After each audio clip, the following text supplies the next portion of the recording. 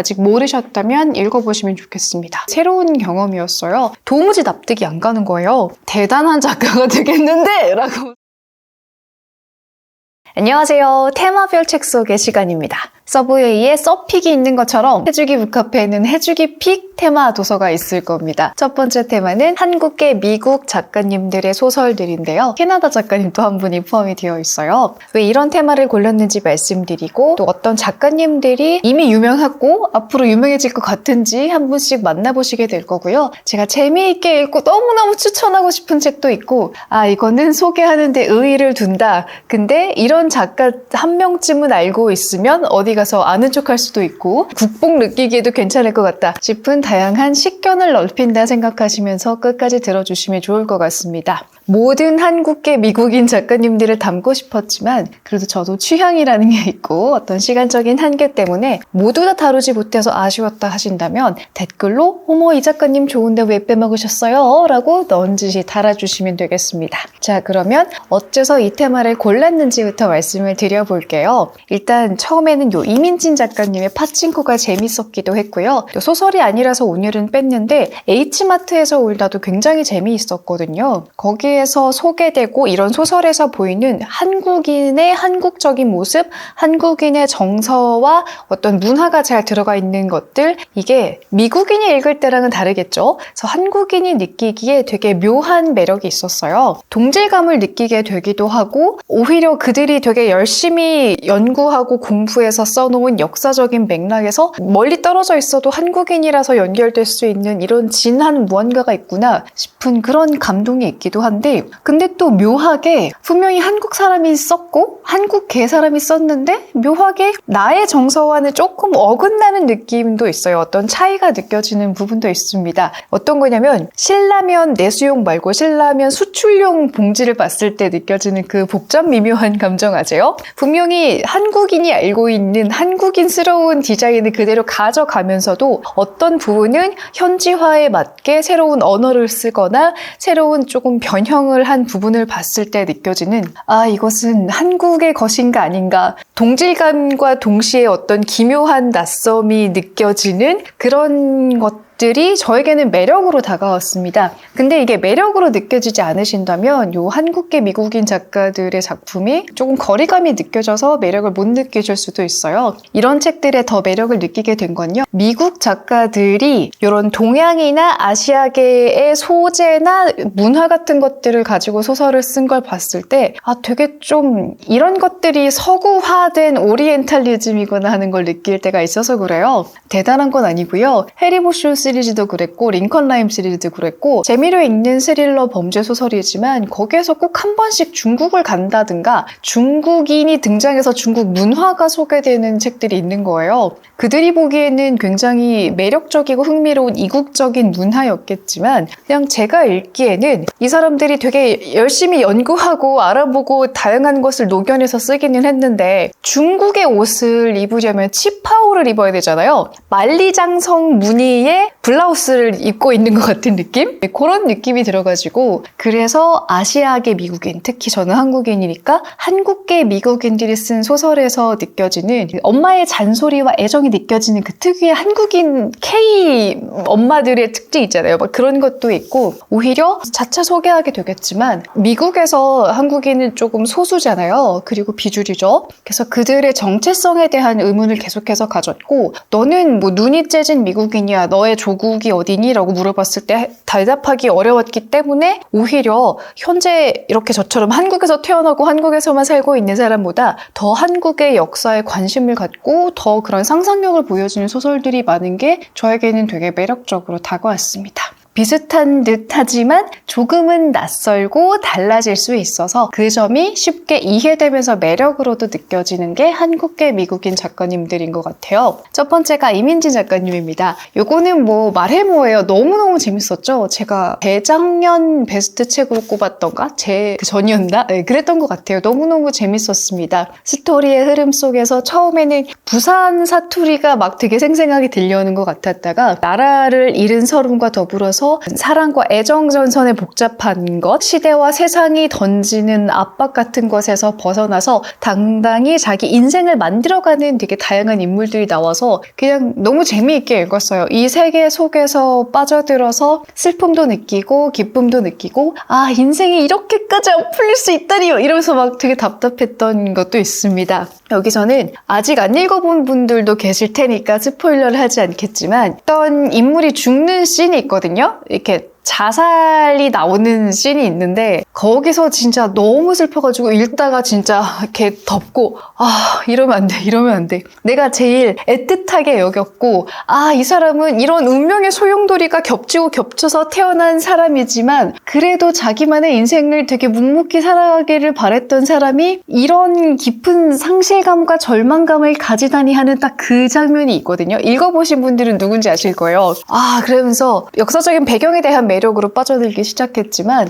인간 다양한 인물들이 보여주는 이 사람의 가치관과 이 사람의 운명이 만났을 때 보여주는 시너지와 그 반대와 이 모든 세계 속에서 우리말로 팔자가 나쁘다, 팔자가 세다에 해당할 수 있는 인생 서사가 담겨 있어서 정말 재미있게 읽었던 책입니다. 이건 유명한 책이니까 사실 그냥 다 아시는 내용이었죠. 요 다음부터가 아주 또 진국입니다. 이 책을 먼저 소개해야지 하고 위에 올려놨어요. 캐시 바콩이라는 작가님의 마이너 필링스라는 회고록에 가까운 책입니다. 사실은 원래 시인이시라고 하는데요. 이 책을 통해서 자신의 아주 솔직한 이야기를 날 것 그대로 잘 표현을 하십니다. 한국계 미국인 시인으로서 예술가로서 미국 사회에서 살아가는 것이 일상적으로 직업적으로 어떤 면에서 조금 차별받고 아무리 시대가 잘 지났어도 여전히 보이지 않는 그런 유리천장 같은 것들이 어떤 식으로 있었고 어떤 취급을 받았고 사랑하는 사람들과 어떤 관계를 맺어오면서 속마음 어딘가는 이런 식으로 썩어 들어갔는데 그럼에도 불구하고 누군가를 통해서 위로받기도 하고 괜찮아지기도 하는 게 정말 솔직하게 들어가 있습니다.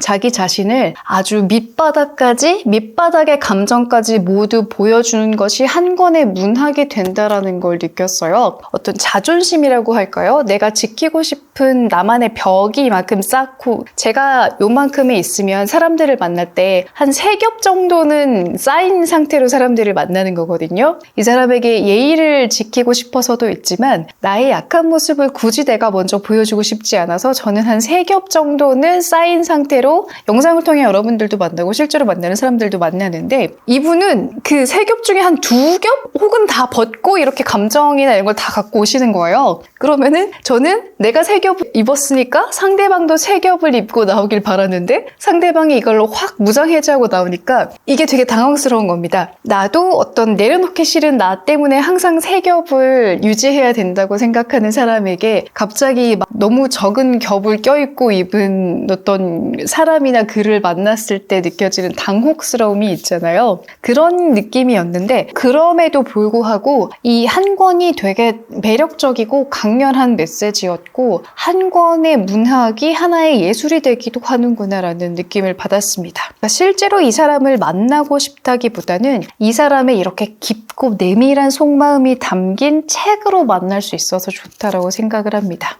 이거 읽으면서 저는 그냥 막연히 그런 생각했거든요. 미국 사회는 점점 더 좋아지는 중이 아니었을까라고 생각을 했지만 그렇게까지 엄청 아직까지도 그들의 그런 우월주의 같은 것을 다 벗어나진 못했구나. 그리고 준파라 히리의 책을 되게 좋아했었는데 그 책이 아시아계 미국인에 대한 이미지를 이렇게 정형화했던 것일 수도 있겠다라는 생각을 돌아보게 됐어요. 저도 모르게 아시아계 미국인들은 이럴 거야. 정말 수학 잘하고 유대인 어머니처럼 되게 막 아이들 통제하려는 엄마와 함께 자라고 어떤 집안의 기대를 품고 유학을 온 아이들이 커가면서 억압과 해방의 묘한 사이에서 주류가 되지 못하고 그런 걸 느끼는 그 마음이 정말 저는 이렇게 속마음을 이렇게 진실되게 만나는 게 되게 새로운 경험이었어요. 그래서 여러분들께도 추천을 드리고 싶습니다만 이렇게 아주 내밀한 속마음을 표현하는 글이 부담스럽다. 그러니까 원래 제가 느꼈던 것처럼 좀 당혹스럽고 부담스럽다라고 느끼신다면 이 책은 역시 조금은 어렵게 느껴지실 수도 있습니다만 저에게는 굉장히 정말 인상적인 책이었어요. 이 책은 별 5개를 줬습니다.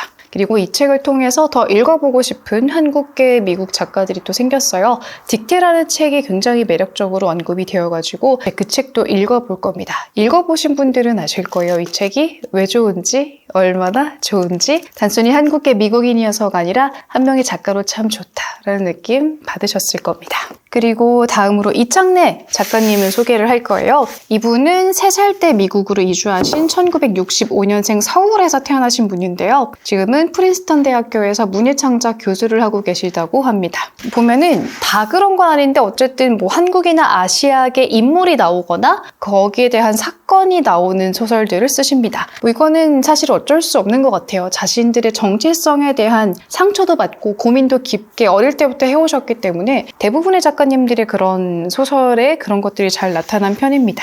근데 이 작가님은요, 문장 얘기를 빼놓을 수가 없어요. 정말 문장이 매력적입니다. 물론 두꺼운 스토리를 다 이렇게 짱짱하게 잡고 있는 스토리도 너무 좋지만 문장이 조금 긴 편이거든요. 이렇게 짧고 간결하게 툭툭 치고 가는 게 아니라 되게 긴 문장 안에서 오감을 다 건드리는 그 매력이 있어요. 그래서 이분은 이런 긴 문장의 아름다움을 느껴보고 싶으신 분이라면 추천하고 싶은 책이고요. 또 스토리들도 되게 굵직합니다.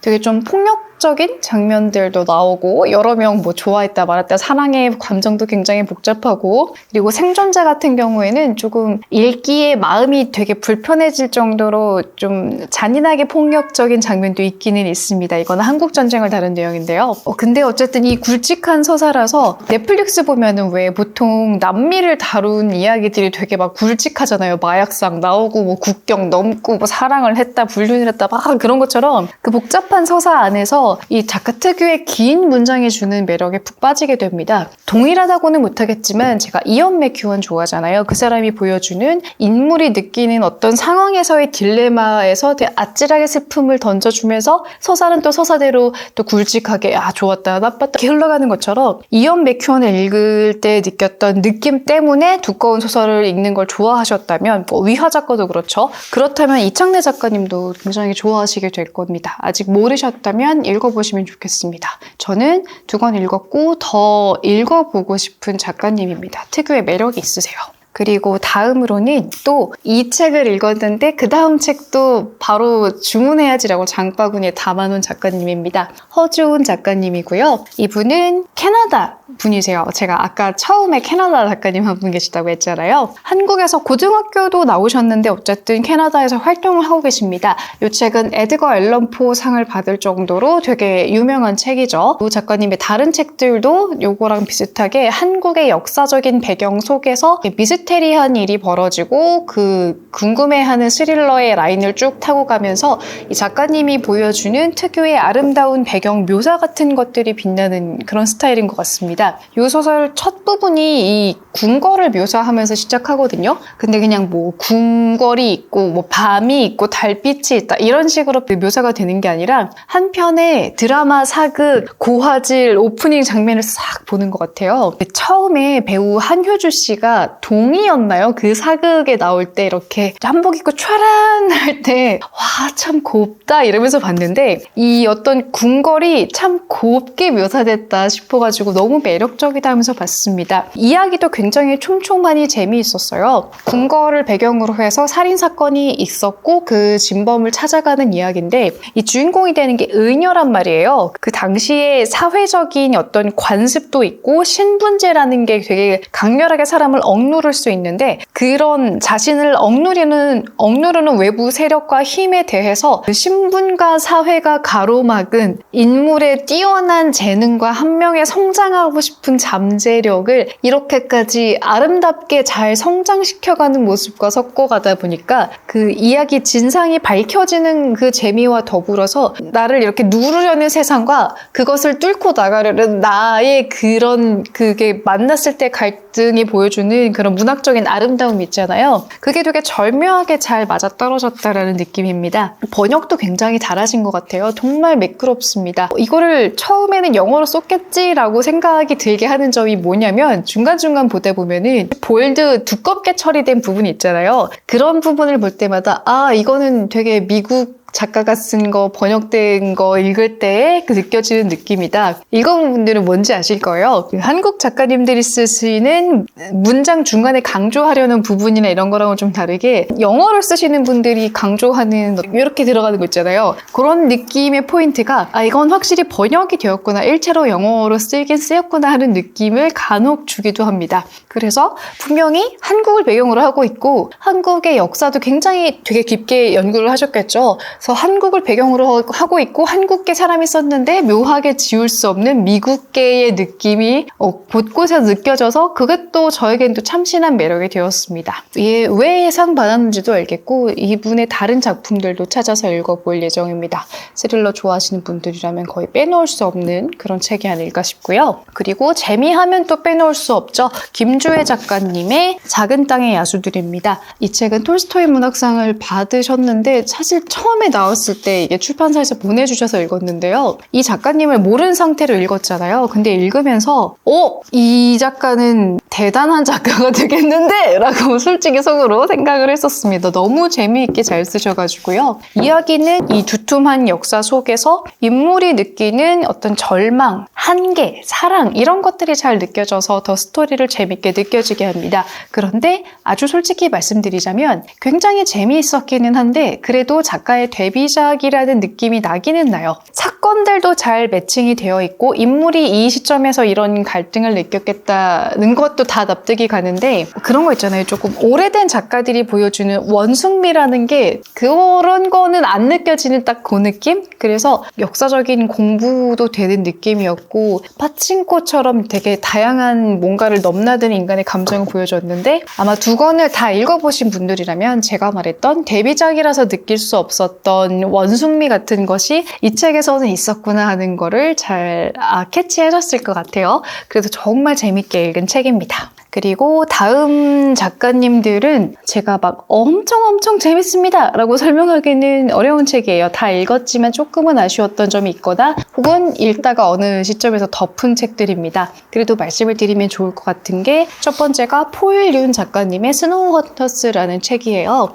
이 폴윤 작가님을 어떻게 알게 됐냐면 작년에 읽었던 책 중에 문학상 수상을 축하합니다라는 책이 있어요. 그 책은 일본의 문학 평론가들이 모여서 문학상에 대한 이야기를 팟캐스트 나누듯이 이렇게 자유롭게 만든 책인데 그 책에서 어떤 분이 주목하는 아시아계 작가 중에 한 명이 폴윤이다라고 하셔가지고 찾아서 읽어봤습니다. 책이 그렇게 두껍지 않잖아요. 근데 읽는 데는 시간이 굉장히 오래 걸립니다. 한강 작가님보다도 더 시처럼 쓰인 소설이에요. 되게 짧게 끊어진 문장과 문장 사이에 어떤 감정적인 변화가 있었겠다, 어떤 사건 변화가 있었겠다라는 걸 독자가 알아서 쫓아가야 됩니다. 그래서 얇지만 결코 얇다고는 할 수 없는 내용이고요. 그런 면에서 조금 뭐랄까요?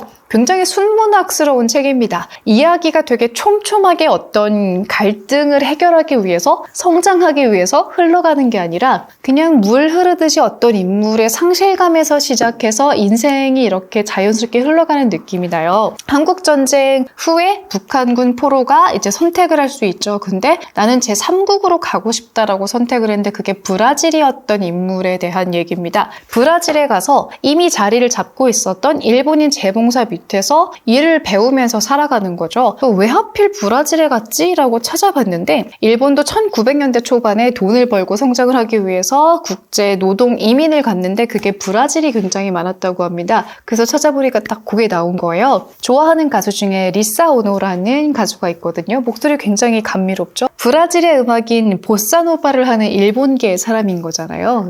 일본과 브라질 이런 식으로 연결이 많이 됐었지? 라고 이렇게 생각을 해보시면 어째서 제3국을 선택해서 브라질에서 일본인 재봉사와 일을 배우면서 살았는지를 저는 약간 조금 이런 단편적인 역사를 다시 한번 새기면서 읽어봤습니다. 사실 아주 제 취향에 맞는 책은 아니에요. 그래서 읽으면서 시간이 좀 걸렸습니다.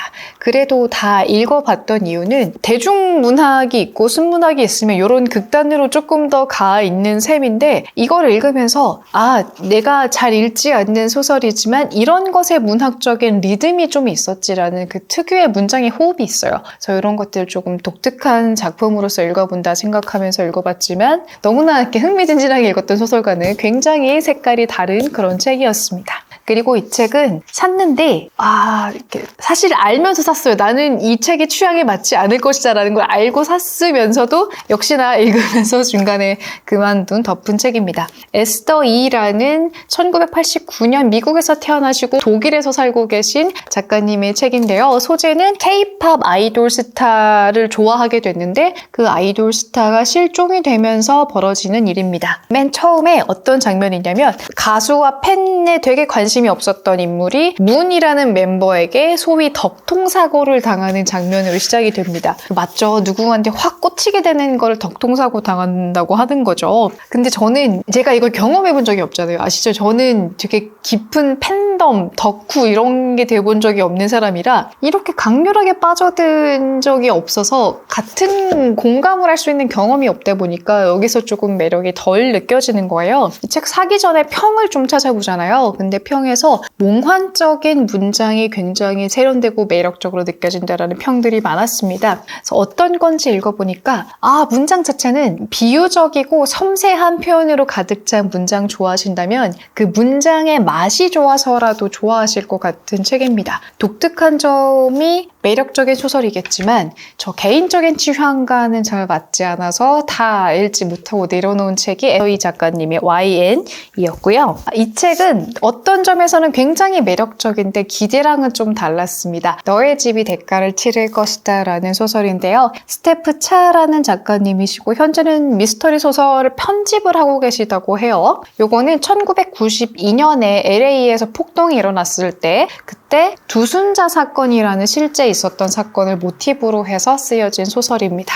되게 미스터리일 것처럼 생긴 표지이지만 사실 읽다 보면은 누가 그랬어? 어떻게 그랬어? 라는 미스터리 소설에 속한다기보다는 굉장히 강렬한 사건을 통해서 과거의 상처에서 벗어나려고 하지만 그게 잘 되지 않는 가족들이 더 방해물이 된다거나 어떤 개인적인 어떤 방해물을 만났을 때 가치관과 양심의 문제에서 이런 것들이 잘 치유되지 않았는데 화해를 하기 위해 한 발짝 한 발짝 다가서는 순문학에 가깝다고 저는 느꼈습니다. 한국 사람들이 봐도 굉장히 한국식 엄마 아빠 그런 부모 아래서 사는 그 사랑 애정으로 시작을 했지만 조금 갑갑하게 느껴지기도 하고 성공을 바라고 기회를 바라고 먼 땅에 왔던 혹은 한국에서의 뭔가에서 도피하듯이 미국을 왔던 새로 떠나온 세상에서 주류가 되지 못하기 때문에 더 폐쇄적이고 꽁꽁 싸매려는 그런 성향들 이런 것들이 잘 보여져서 내가 마치 92년도 혹은 2010년대에 미국 사회에 있는 한인 사회에서 이런 답답함이나 이런 갑갑함 혹은 그런 짜증나는 애정 이런 걸 느끼는 것 같습니다. 그런 부분까지는 재밌었는데 제가 한 요 정도 읽었잖아요. 어떤 인물이 요 정도쯤에서 화해라고 해야 될까요? 그런 비슷한 액션을 취하는데 저는 거기에서 도무지 납득이 안 가는 거예요. 이 시점에서 좀 더 분노하거나 아니면 차라리 좀 더 회피하고 싶을 것 같은데 이 시점에서 이런 식으로 긍정적인 어떤 액션을 한다고? 이게 좀 잘 받아들여지지가 않아서 그 지점에서 그만두기는 했는데 그래서 그 전까지는 매력적인 부분이 있었습니다. 근데 처음에 인물들이 좀 많이 나와요. 그러니까 두 가족도 막 3인 가족이 아니죠. 막 조부모, 막 삼촌 막 이런 거 나와가지고 인물이 나와서 조금 어렵게 느껴질 수도 있지만 어떤 실제 사건을 모티브로 해서 그 가족이라는 구성원과 개인이라는 갈등이 보이면서 세상에 맞붙여가는 인간미의 진한 무엇을 좋아하신다면 이 책도 재미있게 보실 수 있을 것 같습니다. 그리고 이 책은요 2002년에 뉴베리상을 수상한 그러니까 아동문학에 주는 상 중에서는 굉장히 유명한 상이죠.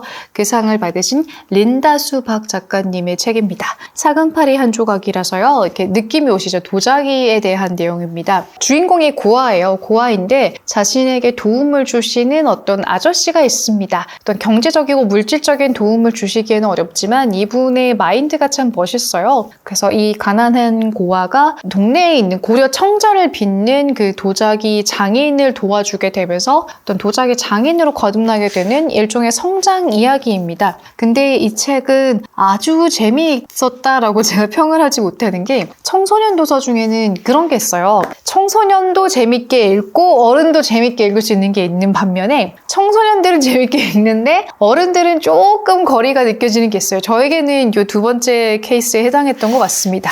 이 작가님도 이렇게 인터뷰나 이런 거 찾아보니까 나는 미국에서 살고 있는 미국인이라고 생각을 했는데 어째서 나는 이렇게까지 한국에 대해서 잘 모르는 걸까? 한국에 대해서 조금 더 공부해 봐야겠다라고 이런 역사적인 것들을 많이 공부하시고 한국적인 작품을 쓰신 게 이 결과물이라고 해요. 성장하는 이야기고 멋있는 점도 많은데 어른이 읽기에는 조금은 어른의 맛이 조금 부족해가지고 저에게는 아주 재밌었던 책까지는 아니지만 오히려 청소년분들, 자녀분들과는 잘 읽어보실 수 있을 것 같고 영어 원서로도 읽어보실 수 있을 것 같습니다. 예술적인 가치에 대해서도 되게 선택을 할 수 있는 그런 스토리가 나뉘어 있거든요. 단순하게 뭔가를 극복하고 성장했다라기보다는 뭐 그런 어려운 힘든 것도 극복을 해야겠지만 그 과정에서 나는 내가 될 수 있는 여러 가지 선택지의 사람 중에서 어떤 사람이 되어가고 싶은지를 찾아가는 과정입니다. 그래서 어쩌면 청소년분들에게 더 감동적으로 읽힌 게 아닐까라는 생각도 해보고요. 그리고 이 책은 인센디어리스라는 책입니다. 권호경 작가님의 데뷔작이라고 해요. 사이비 종교? 이런 이상한 종교에 몰입하게 되는 사람들의 이야기라서 여러분도 아실 거예요. 뭐 스릴러나 이런 소설 중에서도 사이비 종교 이야기 나오면 피곤해. 읽는 내가 더 힘들어. 이래서 안 좋아하시는 분들, 저 같은 사람이 있으실 겁니다. 그리고 이분도 김주혜 작가님 얘기할 때 말씀드렸던 것처럼 데뷔작이라서 느낄 수 없는 오래된 작가들의 원숭미 이런 건 조금 빠져 있어요. 그래도 스토리는 굉장히 잘 결합이 되어 있고 한국식 요소도 굉장히 많이 들어가 있습니다. 여기서 등장하는 인물이 뭐 북한에서 활동하다가 그 북한 수용소에서 막 도망쳐 나온 인물도 있고 한국계 미국인도 나와요. 그래가지고 이 여자 주인공의 어머니가 그러니까 그 되게 전형적인 한국식 어머니 있잖아요. 자신이 못다한 것을 자녀에게 이뤄주고 싶은데 그걸 너무 과하게 투영한 나머지 너무 자녀를 통제하려다 보니까 자녀는 또 그게 되게 스트레스고 부모를 뒤집어 엎기에는 아직은 그렇게까지 성장하지 못했고 막 그런 부분은 그냥 한국에 사는 미국인이든 한국에 사는 한국인이든 그 비슷한 감정을 느끼면서 재밌게 읽게 되는 것 같습니다만 저에게는 매력적으로 느껴지기에는 조금 뭐랄까 이 소설 속에서 이들의 힘듦을 읽고 싶지 않은 그런 상태에서 읽었나 봅니다. 네, 그런 느낌입니다. 그래도 그런 강렬한 그런 것을 원하신다면 그리고 그런 한국적인 요소가 잘 들어가 있으면서도 사람의 마음을 이렇게 확 휘어잡을 수 있구나 하는 스토리를 빠져들고 싶으시다면 이런 작품도 있다 라고 하실 수 있으실 거고 이거는 제가 되게 말하기가 어려운 작품입니다. 바다에 빠진 소녀라는 악시오라는 작가님의 책인데요. 제가 로맨스 판타지를 잘 못 읽어요. 분명히 미국의 트렌드는 또 로맨스 판타지라고 하는데 이건 심청전을 모티브로 한 로맨스 판타지거든요. 근데 저는 뭐랄까 되게 로맨틱하게 느껴져야 되는데 그런 게 잘 매력으로 잘 안 느껴지는 것 같아요. 제가 로맨스 판타지 다 싫다 이런 게 아니라 로맨스 판타지의 팬들은 이런 대화 스타일, 이런 사건 전개가 더 매력이고 알고 있기 때문에 되게 편하게 따라갈 수 있는 구성인데 저에게는 이게 로맨틱하다고? 이게 사람들이 그냥 이게 로맨스 판타지 공식이 하는 점에서 조금 더 저에겐 한 걸음 더 물러서게 하는 점이 있어요. 그래서 한국계 미국인 작가님이 한국의 심청전이라는 모티브를 가져왔는데 또 묘하게 또 미국스러운 점이 살아있는 그런 책이라는 거 소개를 해드리고요. 여기 오늘 책으로는 아닌데 다른 소개하고 싶은 작가님들도 있습니다.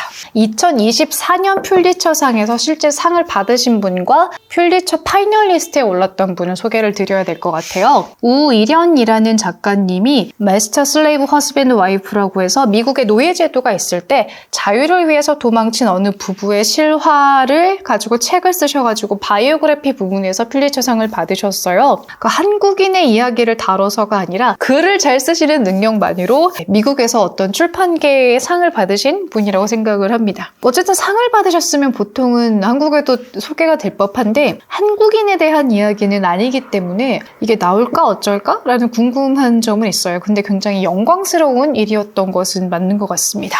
그리고 에드 박이라는 작가님이 계세요. 1970년에 미국에서 태어나셨고 뉴욕에 살고 계신 분인데요. 이분은 퓰리처 파이널리스트에 올랐어요. 그러니까 Same Bed Different Dreams라고 해서 동상이몽이라는 거죠. 대한민국 임시정부가 만약에 계속해서 이어졌다면 어떻게 됐을까라는 그런 이거를 팩션이라고 해야 되나요? 어떤 역사적인 사건을 가지고 상상력을 굉장히 재미있게 보여준 근데 또 한국 역사가 들어갔지만 미국의 대중문화도 비교돼서 잘 드러나 있다고 합니다. 그래서 이 작품은 아마 우리나라에서도 나올 수도 있지 않을까 싶어요. 어쨌든 한국을 배경으로 하고 있기 때문에 우리가 원하는 한국계 미국인 작가가 보여줄 수 있는 한국스러우면서도 조금은 다른 매력을 가진 작품이 이 작품이 아닐까 생각합니다. 원서만 있었는데 한번 번역되면 재미있게 읽을 수 있을 것 같아요. 이 책은 한번 기다려보게 됩니다.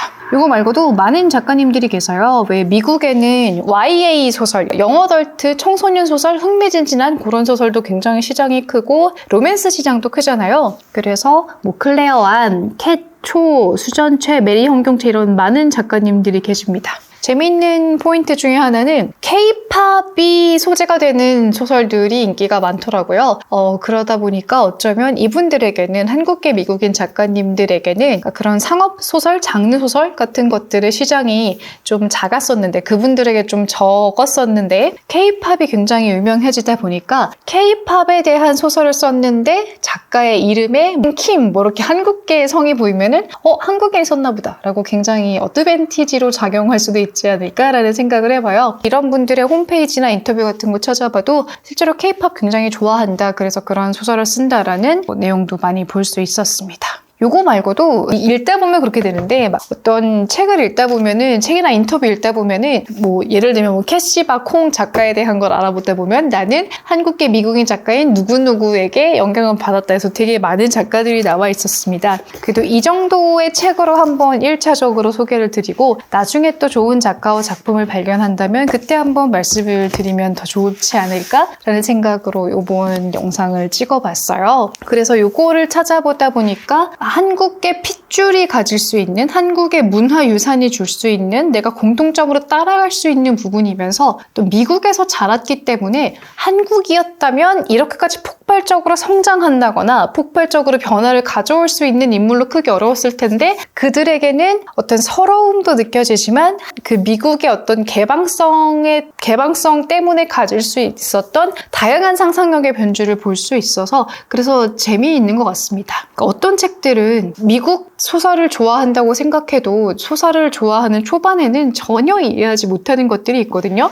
근데 뭐 미드 보고 소설 보고 하다 보니까 조금씩 넓어지고 쌓이는 것들이 있잖아요. 그러니까 그런 느낌이라고 할까요? 미드에도 보면은 왜 크리스마스 배경을 하고 있으면 미셀토프 아래에서 키스를 하면은 사랑이 이루어지는데 이런 게 각주로 들어가서 뭐야라고 하는 거랑 드라마를 보다 보니까 너무 익숙해져서 느끼는 거랑 좀 그런 차이가 있거든요. 미국 작가가 하는 어떤 정서나 이런 것들이 정말 이입이 안 될 때가 가끔은 벽이 느껴질 때가 있는데 한국계 미국인 작가들은 딱 그 중간인 것 같아요. 알아들을 것 같으면서도 그럼에도 불구하고 새롭고 이 인물이 한국에 살았다면 절대 하지 못했을 것 같은 선택을 너무 과감하게 한다거나 혹은 한국에 있었으면 느끼지 않아도 될 되게 슬프고 서러운 감정을 막 느끼고 그것이 쌓여서 어떤 뭐 부정적이든 긍정적인 어떤 에너지로 확 분출이 된다거나 이런 것들을 읽을 때 재미있게 느껴지는 것 같습니다. 나도 한국인이라서 나름의 해석의 툴을 가지고 있다. 어떤 바탕을 가지고 있다. 라는 자신감으로 조금 더 재미있게 접할 수 있는 이야기이기도 하고 어떤 서러움도 그렇지만 정체성에 대한 고민도 참 많이 하시는 분들이잖아요. 살다 보면은 그냥 방황을 하게 되는 시기가 있잖아요. 나는 뭐 하는 놈인가? 나는 잘 살고 있는 건가? 라는 것을 조금 더 깊게 뿌리 깊게 아주 우울한 수준의 바닥을 치는 것 같은 경험하신 분들이라서 그런지 그런 면에서 같은 사건을 공감하지는 않았더라도 묘하게 위로를 받을 수 있는 그런 작품들도 많은 것 같습니다.